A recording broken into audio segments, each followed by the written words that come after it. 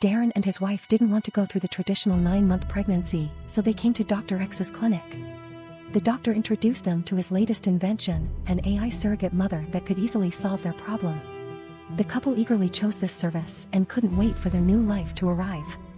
8 months passed, and the embryo gradually grew.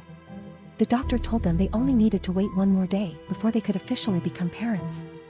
When the couple returned to the clinic, they found that Dr. X had suffered an accident, and the surrogate mother robot and their newborn baby were nowhere to be found. They broke down in tears. Meanwhile, deep in the jungle, the machine surrogate mother was holding her newborn baby, fleeing from humans who wanted to take her baby away.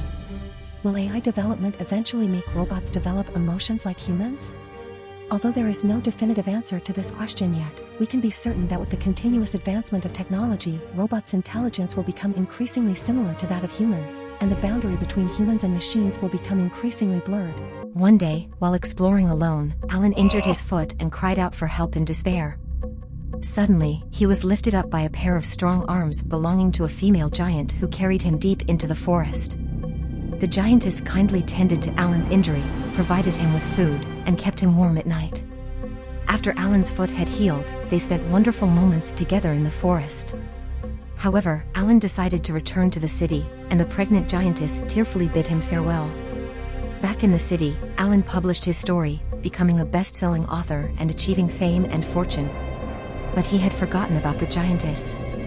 One day, while on the subway, he saw a tall figure that reminded him of her. Unaware that a tall young man was standing behind him, crying, the man suddenly pushed Alan onto the subway tracks, and Alan screamed in horror. The moral of the story is to never forget those who have helped us in times of need and to not abandon those who need us, especially when we achieve success. The hunter hung the small wolf he had caught on a tree and began to skin it. He was admiring his prey, but at that moment, the howling of the mother wolf broke his self-admiration. The hunter quickly turned around and saw the mother wolf charging at him. After the mother wolf bit him hard, he fought back with his knife and ran away. The mother wolf was injured by the knife and could no longer chase the hunter.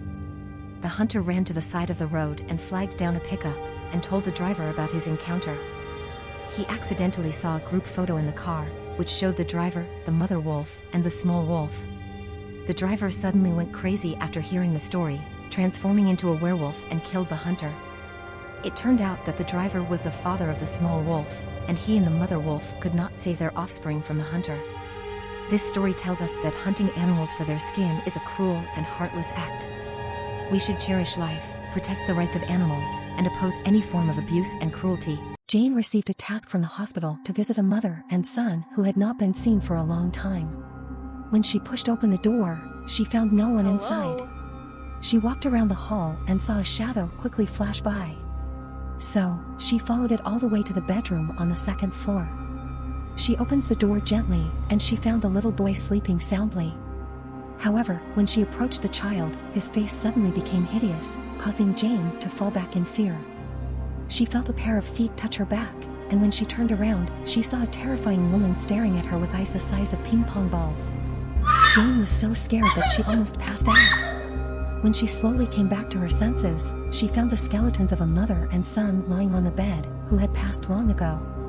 This story reminds us that some single patients or elderly people with illness may die alone at home without anyone knowing. Therefore, we should regularly care for and look after elderly and single patients, especially those without family or relatives.